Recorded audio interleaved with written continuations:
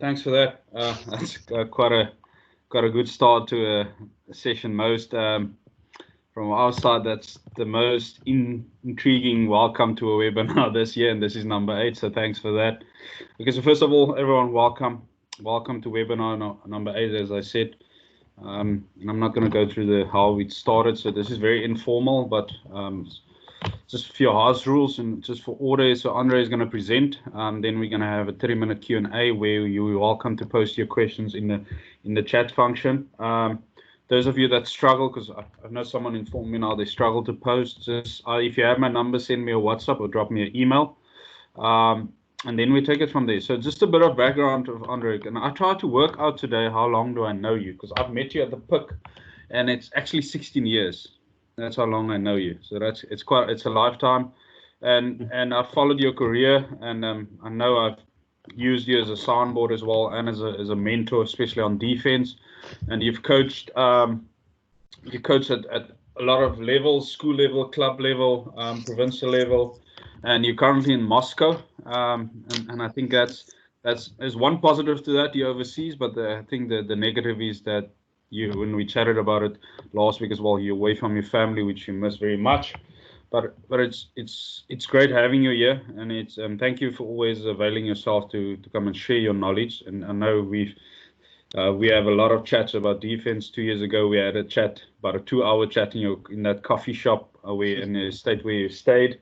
And I know you've got a passion for this, and thanks for your time, and I'm really looking forward to this, and I believe the people are all the attendees are looking forward to that. So thanks, Andre, and we're looking forward to it and enjoy it. Oh, thanks, Wilbur. Must I go for it? Yes, all yours. Okay, guys. Greetings from Moscow. So just quickly, coaching to me, if you go and look at most successful coaches in different sports, there's basically 3 big things that come through.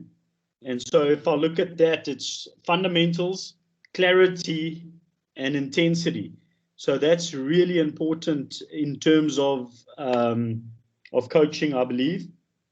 And what I'd like to do is I'm going to share my screen, and we're going to watch a few videos.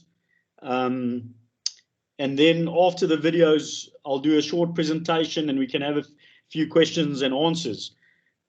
Obviously, there's been a lot of webinars, and hopefully you will learn something new today. If you don't, I apologize.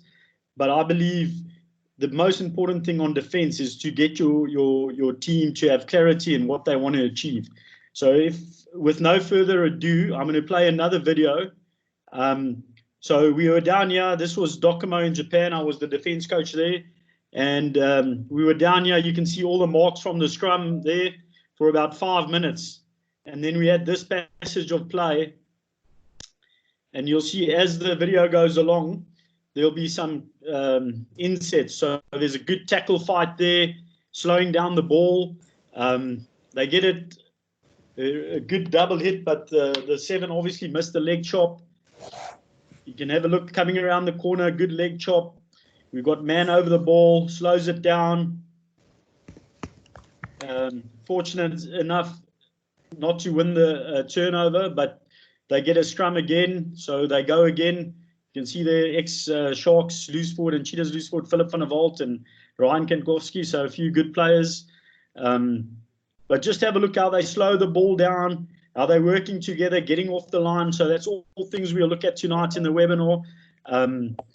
Making 2-man hits. So there's a lot of things going on. Slowing the ball down is one of the key areas in any defense. So we'll look at some fundamentals later on. But you can see they're still there close to the try line. Watch the second man in, killing the breakdown, trying to slow it down. You can see there one guy going into the tackle and then leaving. Look at that great hit, good leg drive. So an interesting story, when I got to Japan, the medical team ran at me and said that they had 15 concussions the season before we got there. And so they were very worried about the tackle technique. So we had a few kamikaze pilots. They would throw their body and their necks in front of the guy's hips. So then the necks were on the wrong side, almost like the 9 did there. So we had to work hard on the tackle technique and various aspects of pre-tackle. But you can see we're under the pump here the whole time, and the boys keep getting up, keep working hard. And there you go, one man over the ball, and we win the turnover. So that's just 2 minutes, 2.5 minutes of defense after another period of sustained scrumming down on the line. And hopefully it's whets your appetite for some more. So where do we start with defense? Normally, if we look at first phase defense, so I'm going to play another video as we go. Here's line-out defense, and what are we looking at line-out defense? So the first thing is the contesting in the line-outs. We've got to put pressure on that contesting. But watch Pieter-Steph du Toit as he's coming down. He's also there, putting pressure on the delivery. Lewitt will try and put pressure here through the line-out, but they block him. And then obviously, if I just go back a bit, you'll see Sia and Bongi. So the Springboks defend with Sia at the back of the line-out, so that's a really important point. And you'll see what the All Blacks do at some of their line-outs. And then Bongi coming out in the rabbit roll. Okay. So now you look at the fold. The next thing will be the fold. So wherever the first hit is, we've got a drill. So I'm just going to share that with you. So when the whistle blows, we have 2 teams doing defense at the same time. Whistle blows, we've got a pot up in the air. Second whistle, the coach calls a color, and there will be 2 guys running to that cone, making a tackle, or joining the tackle from both sides, and then you'll get the folding. So it's just a mapping drill that gets your players going to the right areas. And it's a very functional mapping drill. You can see inside the poles, we'll have 4 folding. Look at the box there, 4 guys folding, and they should be sorted on the same side. They're just very narrow, so they needed to get a bit more width. Okay, let's go on to the All Blacks. You can see this is a 4-man line out. So once again, look at the back of the line out. They've got Kieran Reid at the back, and they've got a rabbit, normally the hooker, but I like normally a quicker player there as well. The hooker will go, and the 8 catches up. So the linkage is really important, and there's no way through because they close the vacuum. Once again, England go. They set it up in midfield. Watch the All Blacks now. 2 guys in the hit. There's 3 guys around the corner, and they set. So they get into position really quickly. And we watch there's a center split. So the center who made the tackle will drop back to the far side. And that's a few things we'll look at. What's really important is you've got to win the race from lineouts to get yourself set on both sides of the ruck. So just carrying on with the theme of the videos. If I look at set piece from scrums, so just have a look. Faf is there in there.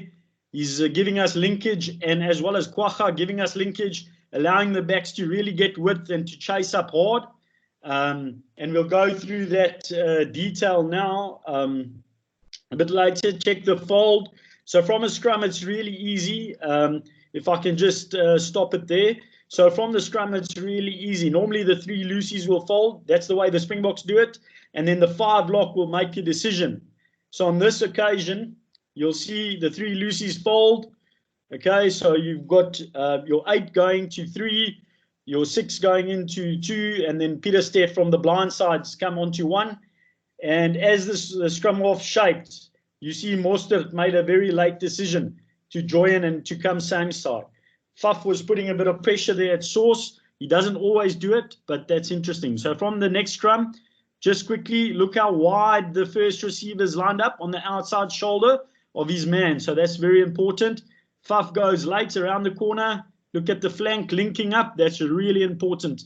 The linkage from set piece. Just have a look here now. Second tackle. There you've got relocation. So the second back coming across. Normally, I like the centers to split, but there they did the 10 coming around. So if we look at the next clip, you've got the linkage again. So let's just have a look at that. Really important. Look at the loose forward coming off that scrum hard, and that means that there's no vacuum to attack. England don't come off the line as hard, But just watch there. Farrell's made the tackle, and it's a centre split, and he goes out to the other side. There he is, coming back. It's just the next phase, and Farrell makes the hit there, or attempts to make the hit. Okay, middle scrum is really important. Very difficult place to defend. Most difficult place to defend from set piece is the middle scrum.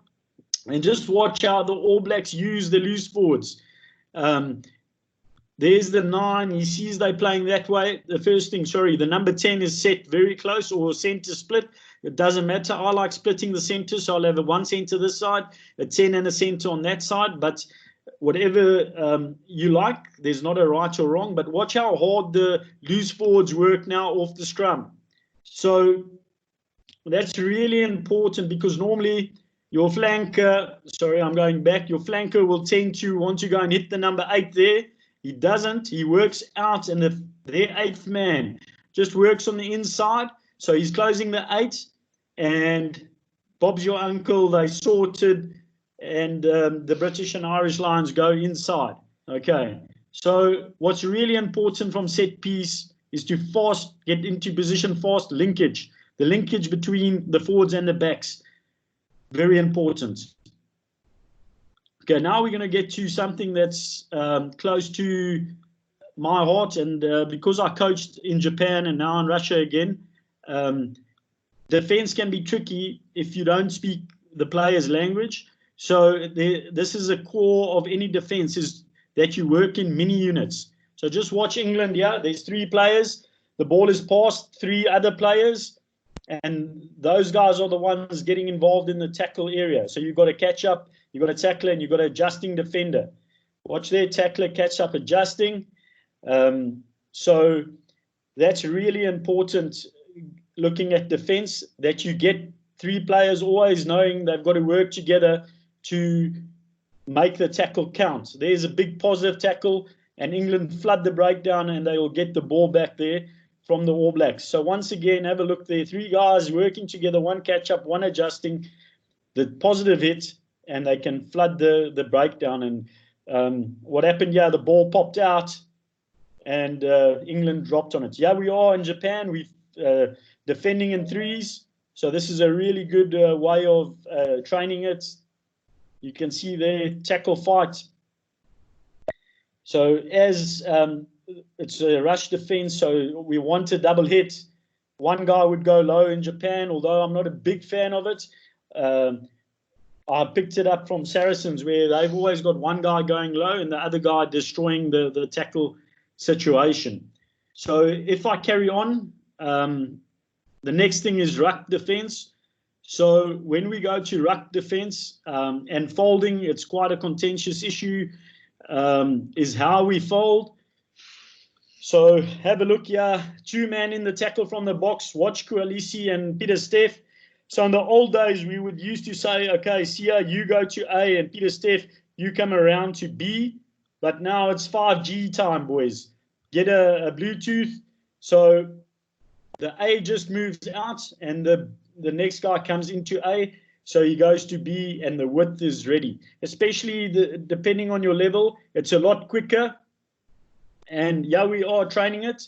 So just have a look here quickly. Once again, breaking it down to the core. Tackler and Hunter into the breakdown. 2 guys around, and the adjusting defender. Sorry, I'm just going to go back for you guys. Watch the adjusting defender. So there's your defending in 3s again. Catch up, tackler, and adjusting defender, watching for the offload, and then calling. 2-fold. Look how quickly they're in position. There you can have a look at the meters, and just watch there. That's something that I've got another clip on the presentation as well. So always there's a bunch of things that the attack can do here. So we've got 1 rule, and that is when 9 runs, we will jam in. So 2 will call jam, and from 3 outwards we'll jam in, because when 9 runs, generally he wants to penetrate close to the line. When he passes off the base, it's just a normal defense. So if we look, here's just another drill, exactly the same drill, just 2 stations, a little warm-up exercise to get the boys going before a session. Tackler, Hunter in, 2-fold, set quickly. It's a bit narrow, but it's not too bad. And have a look there. Same thing. 2 guys fold, moving out, no problem. Set quickly around the ruck. All right, so let's carry on. If I'm going too quick, I'm sorry, but we still got to get to Q&As. And let's have a look at traditional rush defense. So if I'm looking at the traditional rush defense, it's a lot more squarer than the box currently used. So let's just have a look at what we're going. If you can see here, the All Blacks, they staggered, and that allows them to make a good decision. And as the ball goes outside, they sorted. A good positive tackle, and they flood the breakdown. So if we look at rush, here's a good drill. So just I'm going to stop it there. You'll see these cones are green. These cones are white. And as defense coach, I'll blow the whistle and shout white or green. You'll have, and on this occasion, we had 4 from each side coming in. And then the 3 would line up on the outside shoulder of 10, and they'd rush up. You'll see there, rush up hard. They'll swim around the contact. One thing about that drill is it gives them real confidence to get off the line hard, but it's a very narrow drill. So right after that, we move it into a wider drill. So now they've got to get their spacing right. They're still a bit narrow, but because they've got good line speed, they can cut off the players on the outside channel. So just to carry on, you'll see this guy in the bag here should actually start at the back here. So it's a 3-man pod. If they play out the back, you'll come in there. So let's just have a look. So we've got to teach the players to look at the front and the back. So I call it eagle eyes. Eagle has the best eyes in the animal kingdom. So eagle eye drill, front door pod. There's a swimmer, the gate mini units, and we'll look at those gate mini units in the presentation just now. And then immediately they go onto a live situation. So where it's a smaller drill, decision-making drill, it goes into live decision-making, and they cover the defense on a normal traditional. So one thing on a traditional rush defense, it's really important to get off the line square and to not dip in. Okay. So if we look at the next system is the up and the out system. So I'm just going to run through a few systems with you. As coaches, you've got to check your team's profile and your player profile. And then watch England here. They come up 5 meters. They check on the pass of the 10. They check. They have a check zone. So when the ball is in the air, they rush. When it's not, now look at them swimming. So they could have cut it down easily, but they just pushed Ireland into the space that they wanted them to be. And now from the edge, they can rush. So here we go. Same sort of setup. Get up off the line. 3 yards up. So in Japan, we had 3 yards up, and then they go easy, and they're cutting down the space on the outside. Okay. So let's get into the meatier stuff. Okay, last thing. So then there's a shadow defense. So what I believe in is that you have to train all 3 systems or 4 systems so that the players understand, because in a game you might get into a situation where you are numbered down. So the big thing on the shadow is to never go forward. The Scottish Oaks actually did really poorly because they didn't trust their inside. So again, we break it down into a smaller group, and there they go, and they cover the end. So we use the sideline, don't move forward at all. They cover the outside, and it's a really easy decision. So initially we do this these simple drills, but later on we'll put it into a decision-making situation. You check here, the Scottish guy made a mistake. The second last defender didn't buy time. He stopped. The Japanese were around them, and they got in under the pole. So even though these guys are coached by some of the best in the world, they still make defensive errors. Okay, so let's get into the meatier part, because everyone these days want to defend like the box. And I'm going to quickly go over and show you guys this video on the box. The last 2 weeks, I've really been studying the fundamentals of the box defense. You guys would remember that in 2018, when Jock and Russie had returned from Munster, they really struggled against England, and then they improved it going forward and eventually winning the World Cup. So which is a really important thing about the box blitz defense, is that they've got 13 in the front line, and generally they'll drop 10 and 15 back. There's Pollard and Willie Leroux back for the kicking game. How do we use Faf? You can see from a line out on the covers, the reverse side, last man. So he's looking for that second pass to cut it down. You have the first pass, and it puts a lot of pressure. Against England in the final, they wanted to cut down Farrell or Ford, the number 10. So Faf was shooting out in the 10 channel a lot. Even Peter Steff was shooting on the 10 a lot. Against the All Blacks, they used Faf in a different role. They wanted him to cut off the pod, the 3-man forward pod, and there they cut them off, sending the boys in. Yeah, you see Jesse Creel cutting off the All Blacks, and Am was also really good with that. And just watch Dwayne Vermeulen on the ball. So they're forcing them towards our jackled players. What is really important is that the 13 wasn't going alone. Where in 2018, the 13 was going on his own. Now Jock got the 11 to go with him on the umbrella. So this umbrella defense from the box was really good, putting pressure at source. And look at that. There's no way to go. He's got to go in towards Malcolm and the ball stealers, and there Kwacha's got it. So just interesting. Everybody's saying how good the box are scrambling. But look at this ruck mini unit. There's the 3 guys folding. They'll see as the pass is made, they start already swimming. So there's the gate mini unit trying to close on this occasion. And of course, he couldn't do it. But watch how hard those guys were. Billy trying to put pressure on Source. And we spoke about relocation. And there's Pollard and Dealenda, who was in the first tackle area from the line out. And they've relocated to the reverse blind. So some really good work from them. And there again, Peter Steff doing the scramble. Okay, so very important with the box is pressure at source, set piece and rucks, tackle fight and breakdown fight to slow the ball down. Even though they're slowing it down, they want to set quickly with the folding and the line speed. The use of 9 in various sniper roles is really important. And the inside mini units, and then also the rush mini units.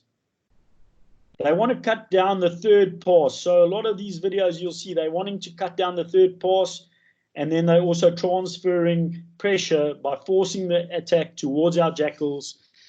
And sorry, let me just go back there quickly. Super fast line speed puts the skill sets under pressure. Okay, so if we look at how would we train all these different aspects? I'm just going to go quickly here. I believe there's a few defensive skills that's very important. Yeah, you can see even the Crusaders. This is a clip I got from the Crusaders doing tracking drill. Yeah, I am in Japan working with some of the Japanese boys. And you'll see now when we go on the up and the out and the shadow, you have to track the inside hip. But when you're going to the rush, you go to the outside hip. There's some tackle technique work. First of all, on the high jump mats, and second of all, live just on the ground. And you see, always try and do 2. There's the double hits. We spoke about it. Look at the good tackle fight and the ruck fight afterwards. So these are just good practical ideas on how to coach it. Here's my Russian boys. So I've adjusted the drill. They've got to get up quickly. So same three guys in the middle, and they've got 2 sides to defend. This was the first time we're doing this drill, so it's not as high intensity as we wanted. Then the third drill is a swimming drill, which is really important when they play the decoy runners. Sorry for the quality of the video, but I had to show this to you guys. So the middle guy is seeing there's a short runner, goes behind him, and he catches up. So these are all the skills, the tracking, the tackling, and the double hits, and then the swimming, really important. Yeah, you can see just another swimming drill. So it's simulating a pod. They go behind the pod, and you've got to swim around and make sure that the boys on the other side's covered. Here's a very nice drill to do tackle fights at ruck time. once again, they're fighting to try and get their hands on the ball to slow it down. So normally defense coaches cry for time. So I've got what I call combo drills. They all for 1 minute do double hits. The one team, the other team will do tackle technique. There we blow the whistle. So I've just slowed it down, and there they go. Suddenly they're into decision making. So you'll watch them. It's 15 on 15 on this occasion. They'll attack. This wasn't a contact session, but we do contact. You'll see the prop there swimming a lot of the things that I showed you in the skills. Then say after a minute you blow the whistle because they haven't gone anywhere and they scramble to do goal line defense. So they've got to sprint back, straight back, get their heads up, and now they sorted because you've got to cover your goal line. So it's just a very nice drill where you can actually coach the scramble. And yeah, that's, I stopped it a bit early. So that's just the scramble drill. And then also very important, unfortunately, I don't have more footage of different games, but games at training, we play a lot of games at training. And so if I'm going to play this game, it's a kicking game. So you saw there's slalom pegs. So we've got four coffin corners put out. And let's play the video and you can see what happens. That's the first ruck. Okay, ruck 1. There's the second ruck. So the whole thing on this game, you've got 2 rucks inside your own area, and then you've got to get rid of the ball unless you can get over halfway. So 2 rucks, the kicking on the front foot. He just missed coffin corner, and the player was in not too bad position. So now immediately the black team is on a kick chase line. So there you go, ruck 1. I see my illustration is wrong on the rucks, but there's ruck 2. Okay, so now they back in, they've got to kick it. Now white team's making a kick chase, really getting up into the face. So basically, if they kick it into grass in the coffin corner, they get 3 points. If they kick a drop goal, 3 points. A try is 5 points. So it's a good little game where they're trying to look for grass, and you doing your backfield. You're also training your backfield. If they do get over halfway, they can go. There's a knock-on, so they play a turnover. Very important, and we'll have a look at that later on in the presentation. So you can see the boys are going. They love this game, looking for space. Okay, no space. Okay, good catch, good work. He marked it, played it quickly. Let's have a look. I think they're losing the kicking battle, so it's a bit of a kicking battle. You'll see now they're over halfway, so instead of only 2 phases, they get 4 extra phases. So they'll have 6 phases now because that was first touch was in that half. Good offload. So there's some good attack here. For forcing different questions from the defense.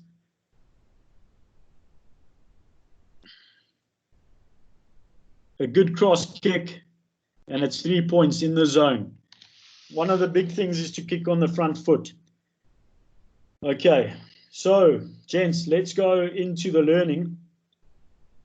And let me just have a look here. Okay. So building a defense, just looking at some of the theory stuff. South Africa dominated with the umbrella defense. And just one thing, guys, if you're a defense coach, you've got to be passionate. I believe the defense coach is the most passionate guy in the coaching staff. So he's going to be really passionate, and you've got to believe in the system that you want to play. I've shown you the umbrella defense from the box. I've shown you the traditional rush defense, the up and the out, and also the shadow. So let's build up the defense. If we look at some key points, the mentality is vital. The fundamentals is the most important part. Senses, how do we use our senses? And then what actions can we have? So let's have a look. Mentality, what is my attitude? What is my discipline? Return to action. Are we jumping up, getting off the ground quickly? Physicality and fitness. Are we physical? Are we fit enough to defend for 80 minutes? What is our set piece like? A really important part of defense. If your set piece is in trouble, then it's big trouble for you as a defense coach. Fundamentals, the skills that you saw, tackle technique, double tackles, tracking, and I like to call swimming drills, and then also decision-making drills. Rucking and ruck rolls, we'll look at that. Mini units, we're going to look at that as well. And the 4 different systems, the sensors, communication, vision, and transitions, which is a big thing. We'll look at where tries are from. And all that we must put into a system where we can make the decision-making easy for our players. So that's a whole lot of things to look at to make decision-making easy. And I'm going to try and get that done.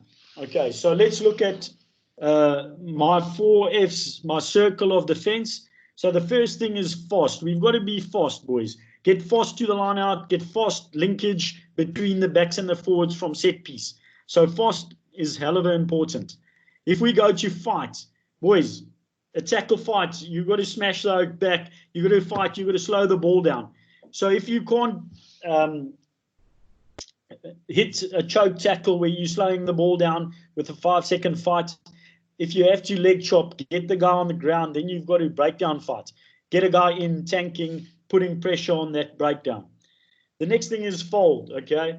Folding is about 4G, 5G, 3G. It's not 3G anymore, boys. We've got to go 5G.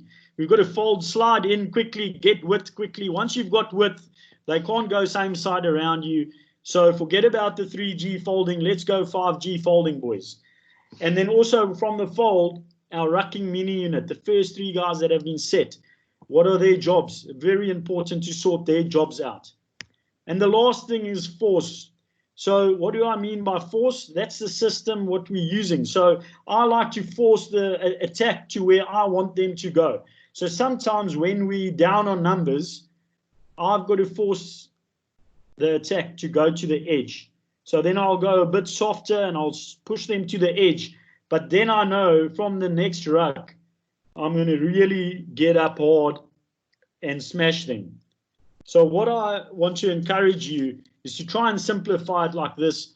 Win the race, love the fight, but force your use a system where you force the attack to where you want them to go, if it makes sense to you. So for example, the box were bigger, stronger sort of players. They use the umbrella defense to force the attack in towards the jackalers in Dwayne Vermeulen, Malcolm Marx, Bongi, those type of players who were really good at stealing the ball.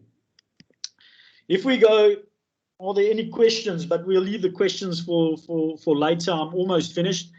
But think about a few questions as we go along, guys. Really important. Okay, if we look at the folding, so just a clip I put in here. The tackler and the hunter is in the hit. And this is how the folding will look. So this is a bit controversial, but all the top teams are doing it now. If I go back, I'll just play it again. So the adjusting and the ball defender, AB is adjusting. First job is adjusting, and then B is ball defender. So you'll become the ball defender. So the first guy goes to 1, and then he's moved out to 2 by the second guy. So what we teach them is once the first guy is about 3 meters away, he'll Bluetooth to 2 to go, and the second guy folding in to 1 will check for a pick and drive. So although people say, but you're opening up the pick and drive, he's taught to look for that option. So it isn't as risky as first thought. Okay, so if we look at what happens when 9 runs, okay, there you can see we have to adjust in. Okay, so what's really important here is 1 and 2 must go up square. So they won't chase into 9. They will go on square. Have a look at -1. I like him coming around. They're at the bottom of the ruck so that he's just a second option. If our 1 loses it and chases their 9, we've got a backup plan covering there. And the -2 will go and put pressure on the 9 if he sees we coming up hard, and he can step back and -2 will cover him. So there you can have a look. And now you don't have to go through every little play there. The Gregan ball's covered. Every play is covered. Even if 9 goes out the back past 10 to somebody deeper, the 5 will cover him. So that's about the only time I like players going from outside to in. I'm more a fan of a traditional rush than the box rush that's the umbrella rush. Okay, so let's have a look at the decisions. We've got to simplify our decision making. So if we want to force them to the areas. So on these areas, 10 meters from our try line at the bottom here, it's going to be a rush defense. In the edge zones, you've got a long way to cover, and that means if the ruck is anywhere on the left hand side, we will have more than 6 players covering on the right. It should be easy. There's no decision. It's a rush, so we can get up, really close the space down. Their skill sets have to be really good to get around our rush. So if the rucks are on those zones, it's no question to the open side, it will definitely be a rush defense. In the middle, it's a decision-making zone. So the decision zone, what do we use? So if I look at it, I've got a few rules. So Super 6, if we've got 6 defenders on one side of the ruck, it will always be a rush defense. The whole idea is to stop the third pass. So if 6 guys coming up really square, it's very difficult for them to make a third pass if we come up at 90 to 95% line speed. If we are Mayday, we have to decide, are we going to push them to the rush zones? And we can do that by having a check. So that's why I like having the rush and the up and out, the check zone. So we push them to the rush zone. So it's basically you're giving them one option. If we're in trouble, we push them to the rush zone, and then after that, we'll go back to a rush. So it might be a bit different to jocks, but it also depends on the players that you've got. And having not coached at international level, I don't have that sort of quality athletes to be able to play the umbrella defense. Okay, very important, the mini units. So this is the ideal defensive shape. If we look at the 3 blocks, on the left, you've got 11, 12, 6, 2, 4, 1, 3, 5. In the middle, and then 7, 8, 13, and 14. So you'll see the centers are split. I've put the 9 back because you can use the 9 in various roles. He will go in and out and also cover space. And then you've got your 10 and 15 back. So it's really important because if you get this shape, you've got your faster, stronger players in the middle. In the middle of the field, teams generally run harder and straighter. So those players shouldn't be caught out for speed and agility. And then on the edges, you need your speed players. So if we look at the gate, there's the gate. So the Springboks use the gate very well. So a lot of the times they'll close the gate. And so if we just look at it, I would say try and limit your team to 2 systems. Then there's a dummy rush. So a lot of teams, especially in the overseas leagues, they will push 13 and 14 up early, forcing the defense in, but they will also sometimes push up early, check, and then drop back. So it's a dummy rush, which also works very well at times. So that's something that you can look at. And then the sniper, the number 9. So you saw against the All Blacks in England how the Springboks used the 9 in various roles. So that's one thing that you can do to limit and attack. But once again, you've got to have a pretty talented rugby brain at number 9 to be able to do something like that. Okay. So if we look, the last slide that I'm showing you guys tonight, boys. So if we look at source of tries, there's 40% of tries scored from lineouts. 25 to 20%, 25 plus 20% turnover ball and kick return. So if I add the 2, that means that there's 45% of tries scored from a turnover or counter-attack. So that just gives me a good reason to say we've got to be able to train chaos. And so whatever drills you are doing, you've also got to be able to turn it into chaos drills. But more about that a bit later. Okay, then 4. So if you've got a turnover, what is your turnover policy? So I like to have a turnover policy is as soon as we concede a turnover, we have to force the opposition to where we want them to go. So I like to say from a turnover, we've got the straight shadow, put them in the wide zone, and then we can rush on the next phase. Just we can have a debate about that, but that's my turnover policy. Even if it's a set piece turnover, then they know we're going to go slow for one phase, get them into the zone that we want them, and after that, we're back to a big rush defense. Kick chase. So what's really important at kick chase, a lot of teams scoring tries from the counter attack is to have a line. You can see the train there at the bottom. So you've got to get a calling system where you can call 40, 50, or 60. So the 10 meter is the 40 meter line.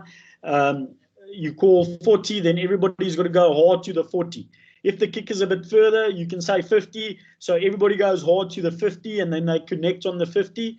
Or you can, even if it's a really good kick downfield, say 60 and the kick chase go hard and they connect on the 60 meter line.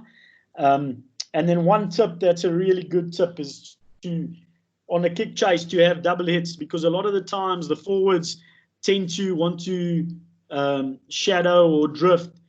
But once again, defending in threes, make a double hit, then those silky steppers won't get through your defensive line. Then three-way communication. It's obviously the three communications that we use. The one is the system call that gets called from the wingers and the fullback. So if we're in trouble, they'll call Mayday, Shadow, or if we got numbers on them, 6+, they'll call Rush. Normally I like a kill call. So that's the first call. The second communication is the pushing and pulling. So as soon as the ball is past me, I've got to push the player out and tell him I'm there. And it's a loud communication from the inside, and also the pushing and pulling around a ruck folding wise. And then the last one is the non-verbal communication, where you at adjusting defender and you're calling and you're also using your arms to wave a player across. And then you guys can have a look at my shirt when we on the video again. But I've got a shirt and I used that in Japan. I'm using it in Russia, especially on days when I know we're going to do some form of defense. I'll try and wear this shirt to work. It's got Foster on it. And it just gives the players an idea. Listen, when we're defending, we've got to be fast because this coach is going to be on our case. There again, the tackler and the killer, we went through that on the videos, but it's really important. Try and get two players in the tackle situation. Yeah, you can see Lewis hitting the guy from the inside and Kitsov coming in to kill that Japanese boy, and he lost the ball because he was so scared of Kitsi coming in there. Then the vision, because that's always a contentious issue, direct vision and indirect vision. So do you watch the ball or do you watch the man? And that's the same as depending on what system you're following. If you're following up and out, you line up on the inside and you've got to watch the ball with your indirect vision and the man with your direct vision. If you're following a rush defense, you've got to line up on the outside shoulder with your same thing, direct vision on the man and the indirect vision on the ball, but you're tracking the outside hip with that rush defense. So it's really important to me to use your direct and indirect vision. So to explain it, if you put your hands next to your face, then you can't see next to you. But once you take both hands away from your eyes, then you've got a 180-degree vision. And it's important to teach the players to use that vision on defense. And then the last thing, it will be interesting to see a lot of talk, especially with foreign coaches, that they might bring in a 50-22 rule or 22-50 rule that might be dangerous for the umbrella and the rush defense. Basically, that rule that World Rugby is thinking about is that if you're in your own 22 and you kick the ball out past the halfway line, then you can get the ball at that line out. And also, if you kick the ball to grass and it rolls out in your 22, the kicking team gets that ball at that line out. So that might be an interesting thing going forward to see whether that changes, whether the teams go back to up and out or more traditional forms of defense, because they'll have to cover the backfield a bit more. So that's also an interesting debate going around a lot of the coaching circles at the moment. Okay, boys. So there's some questions. I'm just going to stop my screen share. We might come back here because there are 1 or 2 slides that I put in if we get some questions. Yeah, thanks for that, Andre. Really insightful, a lot of information. But I think and defense, as you mentioned earlier, the defense needs to be a passion. And most of the defense coaches that I speak to, I call them freaks because they're so passionate and they think defense is what the game is all about. So which is also great. I'm going to start off with a question, and you might know this guy well because you gave him his first opportunity as a conditioning coach at the Free State, so Yusuf, and I want to use that because that's a question in general with regards to coaching. So he asked, having coached in Japan and Russia, how did you manage to get past the language barrier and give effective feedback in rugby detail?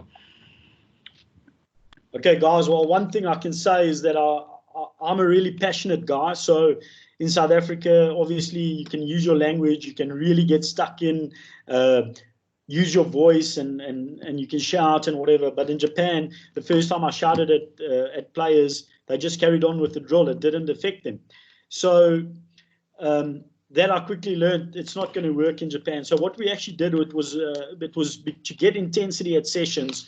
We had to have meetings before the session. So we had a team meeting of 15 minutes where myself as defense coach had 5 minutes to show a video of the drills we're going to do, and then to get a system of 1 words, which could, sorry, I'll just turn my screen. 1 words which can,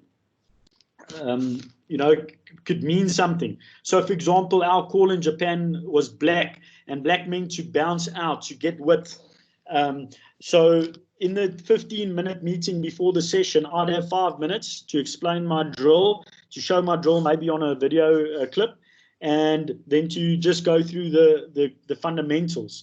And then I had to break it down, but I had to be so precise in what what I coached, and to keep those fundamentals the same. So that's why you'll see my defense. The rules are very simple. On the up and out, it's 3 meters up, and then we start going out. Shadow, no forward movement. So we broke it down and built it up, but also we had to chase intensity. So we actually learned how to coach without speaking much, but actually coaching before the session with that meeting, and then also after the session, which was amazing. 10 minutes after a session, the session would be coded on our laptops. So I would then go through all the defensive clips, and then I'd call players in, and then we'd have a conversation after the session. Obviously, the coaches don't always have that, but it's really good. Even now, in Russia, where we don't have the same personnel and professionalism, I'm still using my own camera to take a video of the session. After the session, I'll go through the few clips, and then before the next day, I'll show the players necessary that's making defensive errors. A lot of the players understand and they get it right, but it's really important to have precise communication, and that's the way we did it. We can learn a lot from that. I think sometimes what I pick up is a lot of coaches, they tend to speak too much, and what I liked about it, you said you tend to use keywords, and I think that's a skill that we can apply in a coaching environment in South Africa as well. I think you can apply that in your workplace as well. And now with the lockdown, we've learned that the effectiveness of how to manage a meeting. But if everyone speaks the same language, then meetings can go quicker, and we can get to the point much quicker, and we can achieve the purpose of the meeting much quicker. So thanks for that. So I'm going to go into some of the... Can I just make Yes. a quick comment on that? So one of the important things of communication is listening. And in Japan and here in Russia, I have to ask my players questions because I have to understand what they're thinking. If I don't understand what they're thinking, then I can't improve what they're doing. So that was a really important thing, was to ask players good questions so that I can understand what they're thinking, and then you can fix them. But a lot of the times the coach is already thinking about what he's going to say instead of listening to what the player is saying, and that's really important. Yeah. Thanks for that, Andre. So I'm going to ask you a question. So some of the stuff you might have answered in your presentations, but you can just refer to it again. So John asked a question. I'm not sure if it's from general play or from a set piece, and you can decide how you want to respond to that. Your opponents break on the blind side, and you have 6 attackers versus 3 defenders. What would you coach your players in that game scenario? 6 attackers versus 3 defenders. Yeah. So unfortunately, there because they basically double up. I will go shadow, so use the touchline because it's on the blind side, so it's really close to the sideline. Just go shadow. Even if you give them 3 or 4 meters, then from that next ruck, you've got all your guys on your feet across the width of the field, and you can really rush. So I've got a good drill which we use. We play a 6 versus 12 touch in 40 meters. And that is for shadow defense. It's a really good game. And recently I've adjusted it.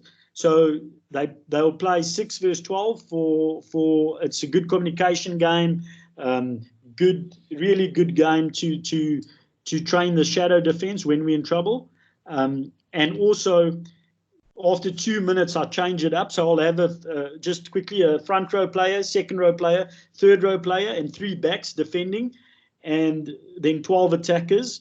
And then after 2 minutes, on every touch, one of the attacking players become a defensive player. So the defense is then getting stronger as the game goes on. So for the next 2 minutes, it changes up because suddenly where the defense was in trouble, now they in a position of strength. So you've got to try and be creative with games and stuff like that. Okay, yeah, thanks for that. And I think John can speak to you. You can drop your email if he wants more information on that and specific drills. So the next guy that asked a question, you know him very well. So it's Mr. Links. So what are your thoughts on what actually makes your defense work and successful? Tackle rate and conditioning, or your system, or both? Okay, so just quickly, in 2014, the Melbourne Rebels had the best tackle completion rate in Super Rugby at 89%. In 2014, the Melbourne Rebels came stone dead last in Super Rugby. So I'm not a big fan on tackle completion rates, but I want to look at gain line success. So if I can stop them the majority of the times on the other side of the gain line, then I'm winning. And then also I look at percentage of the times that I have two players in the tackle. So those are the 2 things that I really look at. And then, yeah, just the continued decision making, which is a very difficult thing. But yeah, those are the things. And also I don't want to concede line breaks. If I concede line breaks, then I'm in trouble because I'm scrambling a lot.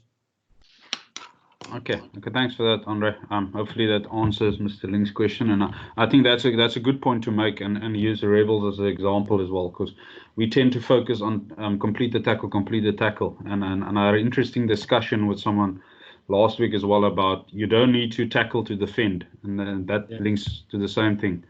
Yeah. Well, so Faf de Klerk was rushing up out of the line. And that's the thing about forcing the players where they want the attack, where they want to go. So Faf was actually missing half the tackles when he rushes out the line, but he forces the defense into where the box want them to go. So that's where I picked up that thing about forcing the teams where you want them to go. It's a really good principle. And that means if you do rush up, you're not necessarily going to make your tackles, but you're forcing them to step in to where your jacklers are. Oh, yeah, good point. Thanks for that. So I've got a question all the way from Ireland.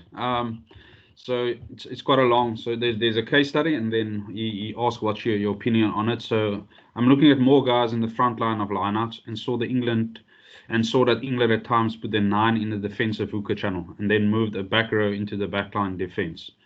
It means that you have an extra defender in the backline, which is a great thing. It allows for line speed, but you lose a player behind the lineout.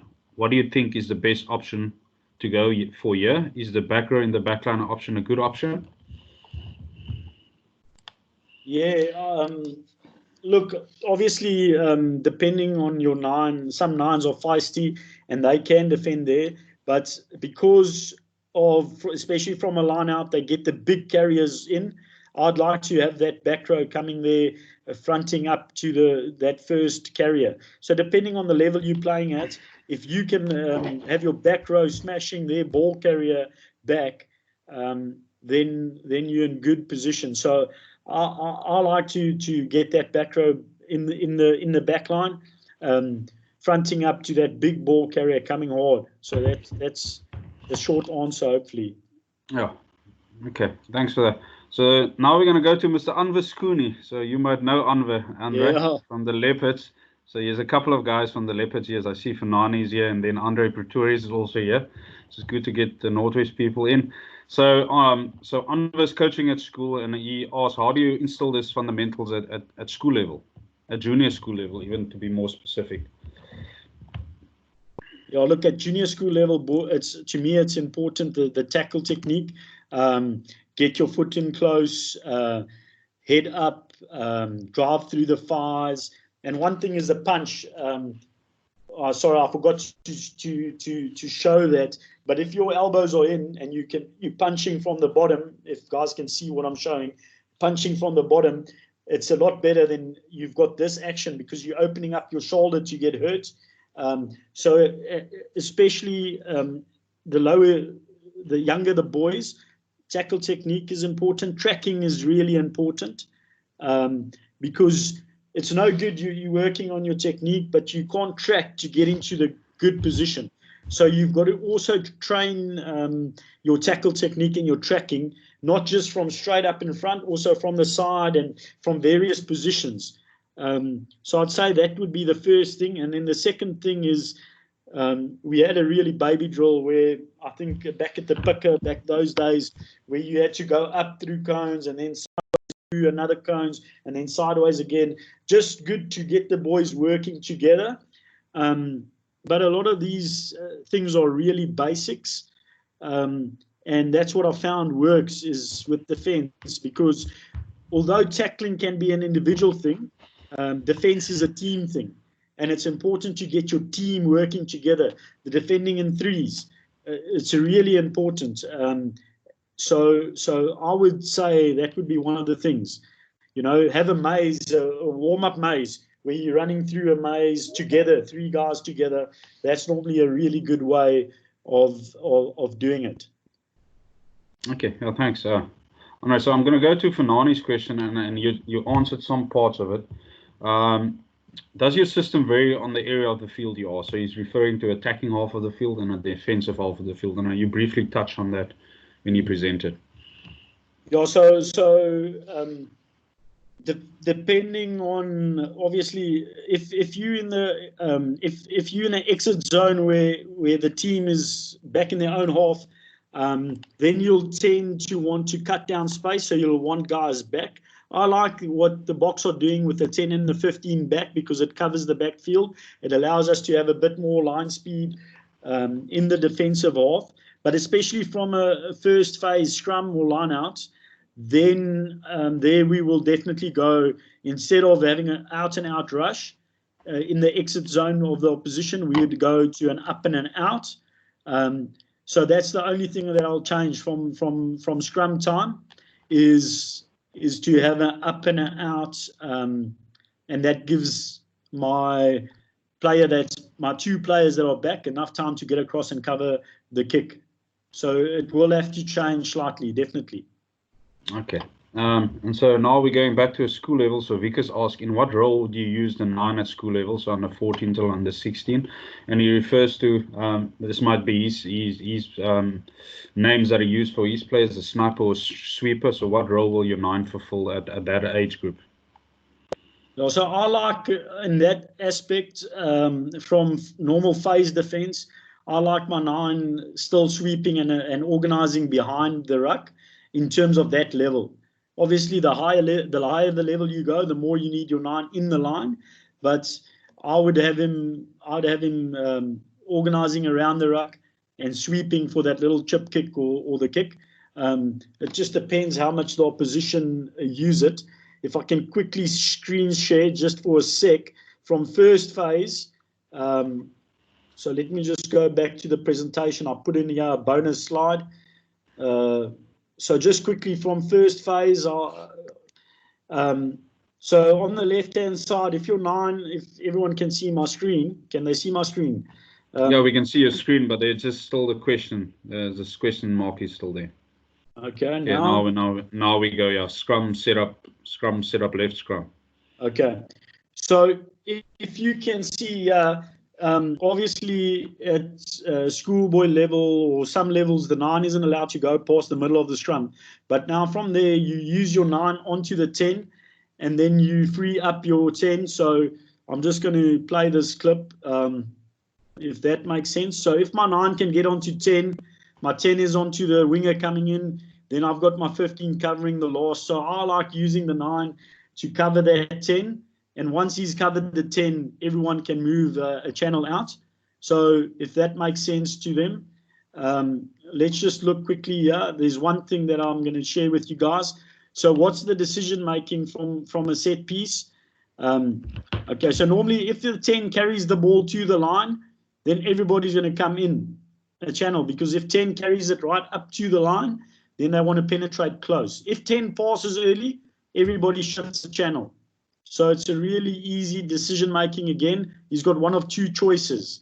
10 takes it to the line, everybody will come in. If 10 passes early, he will go. There's just a setup from a middle scrum. So again, you see that in the video, the 12 in the All Blacks use the 10 and the 12 position. I like to split my centers. I don't know, it's just my preference. And they'll work out with the loose forwards covering their inside. So that's from the middle scrum. The loose forwards working 45 degrees out. 15 is back for the last man. Decision making. When opposition go 3-3, we will adjust to that. 9 will always defend the first receiver on the right. So that's just a bonus slides that I put in because I knew this sort of question would come up. Okay, and there the last one is a kick chase, but kick-off chase. But we can go to that if they want. If they don't want, it's fine. But yeah. I'll share this whole presentation with you guys. Yeah, Andre, while you're on the middle scrum, so I'm going to ask that there's a question on the middle scrum, so maybe you can keep that slide. So the question is from Rankin. I hope I pronounced it correctly. If you're defending a middle scrum on the halfway line and the attack team have a 3-3 split, how will you defend that, and what will you do with your wings and fullback to make sure you cover if they run, but also if they kick? Okay, obviously it depends how much work we've done on the opposition in terms of their main kickers. So what we'll do in the analysis is we look at what feet do the main kickers kick with. But if they're a 3-3 split, I'll go 3-3. So I must probably bring my 10 across, and then I'll leave my 9 to cover open side. So my 10 will come across. So we should be fine. And my 15 will then be in the middle. As soon as they are, obviously my 11 will be, if they go to the right, my wingers will be a man and a half, which means they'll drop back slightly. So if they run it, the winger will go up. It will give the 15 enough time to adjust and get across, if it makes sense to you guys. Yeah. Okay, thanks, Andre. So I'm going to go to Ottavio, ask a question. How long do you coach full contact sessions during a week? So how much time do you spend on contact? He's not specific, so it could be all contact. So, but if you wanted to break it down to maybe how much time do you spend on defensive contact, that will also be good. Okay, so that's really a contentious issue, because you've got your conditioning coaches who's crying about contact. Yusuf always used to cry a lot about that, but you've got to spend at least, I'd say, 25 minutes a week. So the smaller stuff, we control that. We don't want that to be 100% full contact. So we do some contact work. Say, normally it would be, I wouldn't do a lot. I'd do 3 minutes of full on live tackling. So the tackling technique drills and the double hits drills, that will be 2 sets of 3 minutes. So it'll be 6 minutes. So it's limiting your tackles. Look, you only make about 12 to the top guys, 20, 25 tackles a game. So in the week, I would say, listen, if I can have 12 really quality tackles, and in terms of technique work at full on speed, and then somewhere during the week, we'll have a 15-minute session where it will be balls to the walls out of a defensive perspective, and we will be smashing each other, because you've got to get neurologically ready for taking contact, but you don't have to overdo it. So the big thing is, in a session like that of 15 minutes full contact, you'll get maybe one guy making 6 tackles at most. So although it sounds a lot, it's not a lot at all. But it's important for the boys to do that. What I found with my teams, or the ones that we really did, we would do, we'd play a smaller field. So we'll play a smaller field for 5 minutes, which obviously be a bit more risky, and then we'd go bigger field for 10 minutes. But that smaller field is obviously a high contact, high rucking. Boys, rugby is a contact sport, and if you don't do contact in the week, you're going to miss out on Saturday. So generally we'll have test match Tuesday, or we will have some contact, 6 minutes contact on a Tuesday, and then it will be anything from 15 to 18 minutes of contact on a Thursday, which is then our main contact session. The New Zealanders did an interesting study on that, where Thursday they go for quite a bit of contact, which is scientifically proven to get the right testosterone flowing for the weekend and whatnot. So I would encourage that. Injuries happen. It happens in the game. It can happen without contact. I've had a guy doing an ACL without anyone close to him. So it happens. So if you don't do any contact, you're opening yourself up for more injuries. But don't overdo it, boys. Yeah. I wanted to make a point that it needs to be controlled, because sometimes it can get out of hand with players that love contact. They just want to nail the little scrum off, so you need to control that environment. But you mentioned sometimes the All Blacks doing a lot of contact on a Thursday. What I've also noticed with the Blitzbokke, so they do a lot of contact work in the warm-up before games, and they go full out, so there is nowhere to hide. And you can see, because I think you spoke about getting momentum when you're going into the game, and you can see they have a big focus on their breakdown, and they're quite clinical there, and you can see how they transfer from the warm-up. So that is great to see. Look, you don't want your players making big collisions the first time in a match. So even with us, I want big collisions, even if it's only 2 big collisions. I have players running at 2 guys, so double hitting before going full on, and that just gets their mindsets ready. Yeah, no, that's great. So the following guy, but I only found out to know that his name is Jacobus, and I know him as Wynand, Alice Bailey. So how would you defend when the new 50-22 rule is implemented? Yeah, look, it's a big debate at the moment on another group that I'm in, and I think I will still defend with my wingers high, and I'm going to use my 10 and my 15 back on the 15s. I think playing the game, that kick touch game that I showed you guys, that I think is something Vaney likes a lot. I'll use that game to get the boys to really work hard. If they want to kick the ball in the middle, I'm happy with that. It gives me an opportunity to get my counter attack going. So I'm definitely thinking that it's not going to change up as much. It will change only from middle scrums, where there you're going to have to think carefully. If you've got a left foot and a right-footed kicker, then you're going to have both your wingers back, which means from that situation, we're going to have to go a bit slower instead of doing a rush defense. But a middle scrum is anyway a place where you'd rather use a shadow type of defense, put the guys in the wide channel, and then you sort it.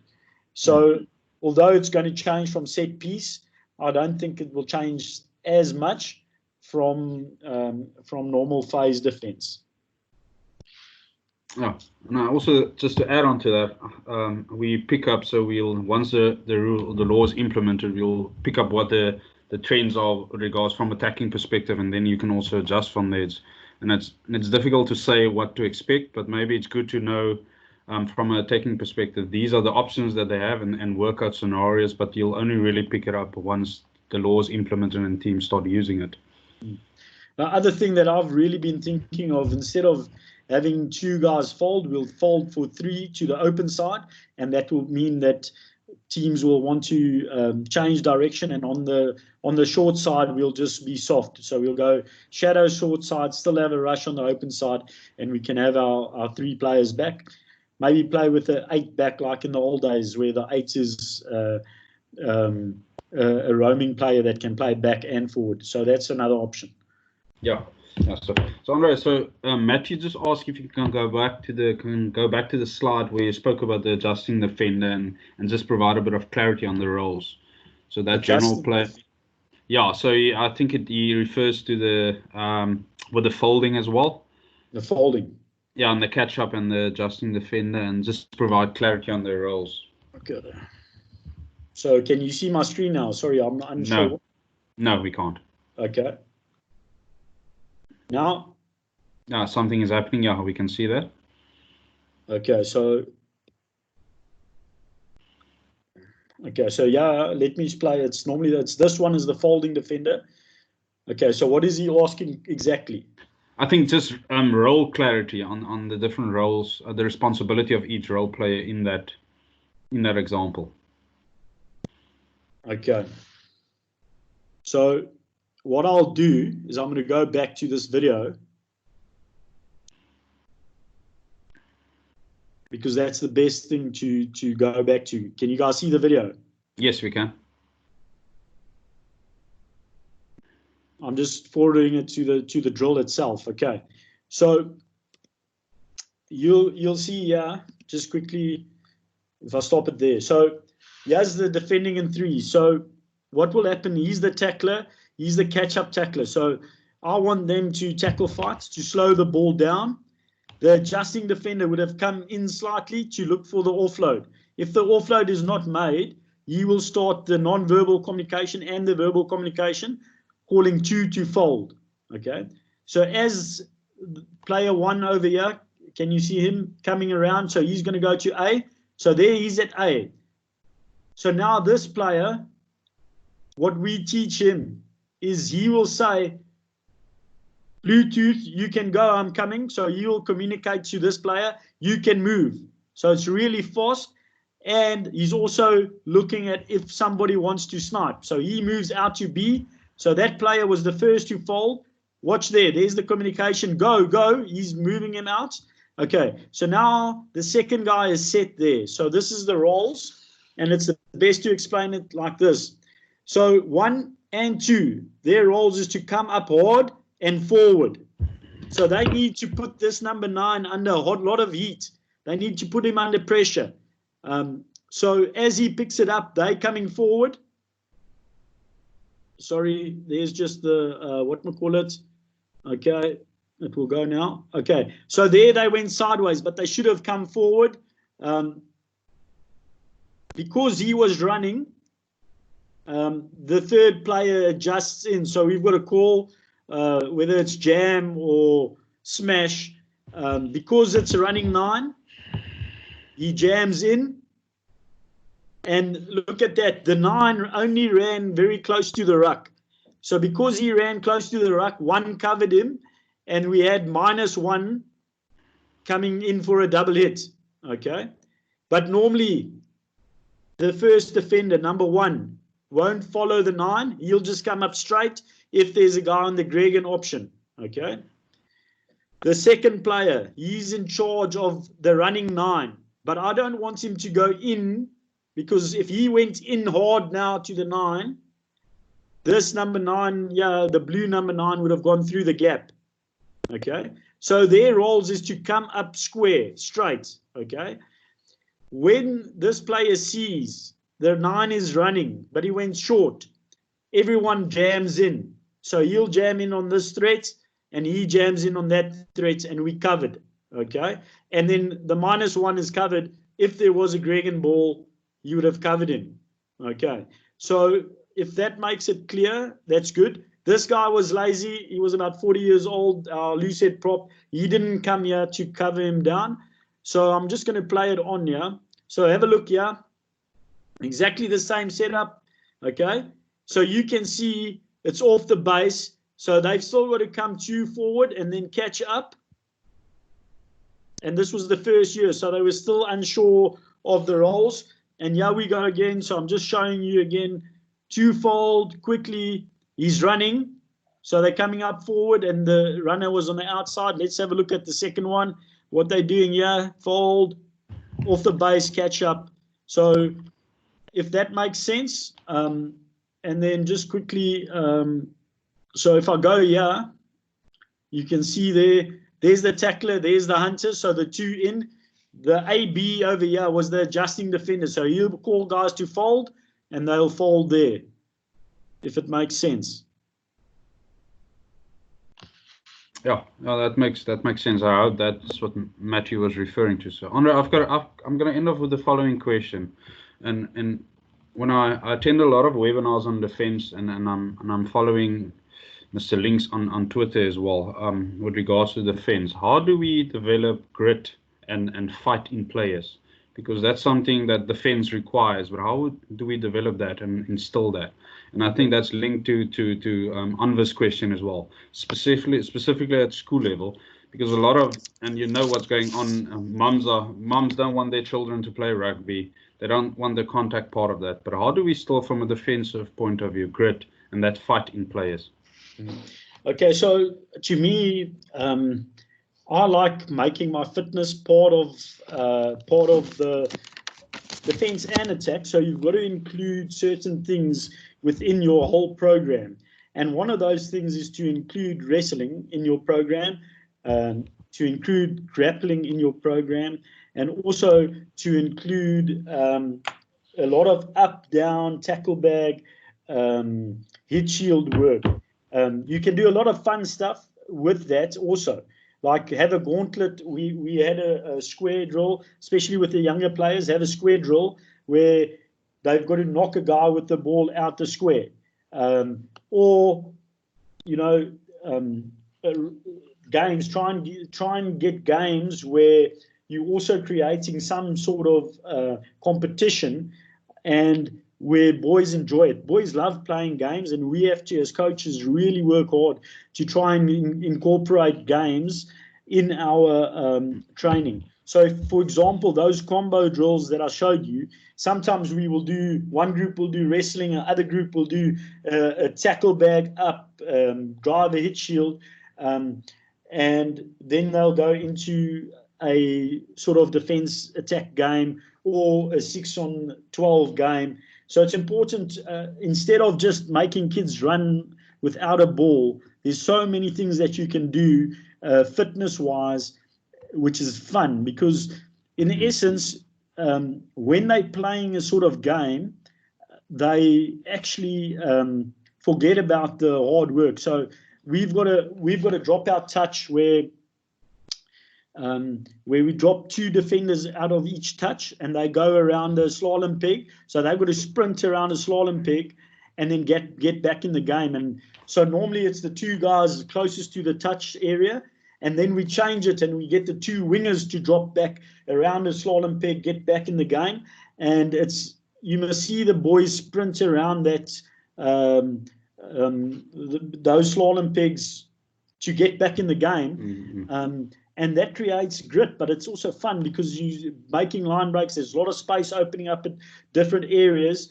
and then in between, say we play that game for 4 or 5 minutes, then we go into a little hit shield drill or a tackle gauntlet where he's got a ball and there's guys in the 5-meter tram, and he's got to try and run through a tackle gauntlet. So you've got to try and make it fun, because you've got to prepare them for that. And the guys aren't wrestling at primary school like a lot of our guys did and as youngsters back then. So to me, use your fitness. There's so many things you can do in fitness with games and with little contact drills. Even a hit shield. A hit shield is good to use as a contact sort of thing and make it fun for the boys. But you can't just train running anymore. The days are gone because the boys would rather go and sit in front of a PlayStation. So it's very good to create games to also coach defense, and there's a lot of stuff you can do with that.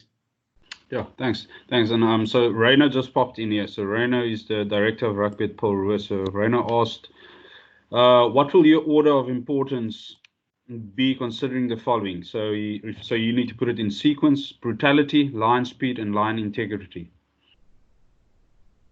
Sorry, what would my order be? Yeah, your order be brutality, line speed, and integrity. So of that three, what will your order be, or what will be most important? Because I'm defending in my mini units, it will be line speed, brutality, and then connection will be last. Okay, and then if you, let's say from a set piece. Yeah, look, set piece linkage is really important. So from set piece, I'd go linkage. So that link to close the vacuum is hell of important. But you can get brutal. That's the most important thing. So once again, if you look at my fast, fight, fold, force, I like get fast into linkage. So it's a lot of oaks like Omar, for example, will tell you no, it's not interested. He's not interested in connection. I like connection, but if you get brutality, then you'll slow the ball down and you'll have enough time to set again to get that connection. Okay, thanks. Andre, thanks for your time. We're going to wrap it up now. So just before we go, so next week, so we've got 2 webinars to follow. So it's in the form of a Q&A. Next week, we'll have Peter de Villiers. He's going to come speak to the role of a coach, specifically looking at the World Cup and the build-up to that. And then the week after that, we'll have some people, journalists from the media, is going to come and speak to us about media and how hopefully it can assist coaches to deal with the media. Andre, from my side, thanks for tonight. I think this was really insightful and a lot of information and a lot of practical solutions that you provided with the coaches. And for everyone that attended tonight, if I didn't get your email, you won't receive the email, but you'll receive an email with the link to Andre's video clips that he used, a link to his presentation, and then the recording of tonight. So Andre, and then from my side, it's great catching up with you. I know we've been in contact over WhatsApp, but it's great seeing you, and I see lockdown has an effect in Russia as well with the hairdo. But it's great seeing you, and thanks for always being available. If personally, from a personal level, if I have a question, and you're always keen to chat rugby and sport and coaching in general, and I know some of the guys on the group share the same idea as well, because you have influenced a lot of us. If I can just refer to Mr. Links, to Yusuf, to Vania, all of them that you've influenced with your knowledge and also your personality, and I think that stood out for me. Is how you're quite passionate about what you do, but you're also willing to share. And we spoke about it earlier that some coaches are not willing to share their training footage, but yeah, you're making it available because you want coaches to grow. So thanks for that, and I want to wish you well with your career, and also, but hopefully for me, it's most important that you get to your family soon, because I can imagine you miss them. And good luck with everything that you do. Well, thanks, Wilbur. Thank you for this opportunity. I just want the coaches to do well and to grow, and there's not a right or a wrong way as long as the players know why. So good luck, guys, and I hope all your seasons, once they get running, goes well, and stay safe. Okay, thanks, guys. Thanks for joining us, and stay safe. Thank you. Bye. Cheers. Thanks, Andre.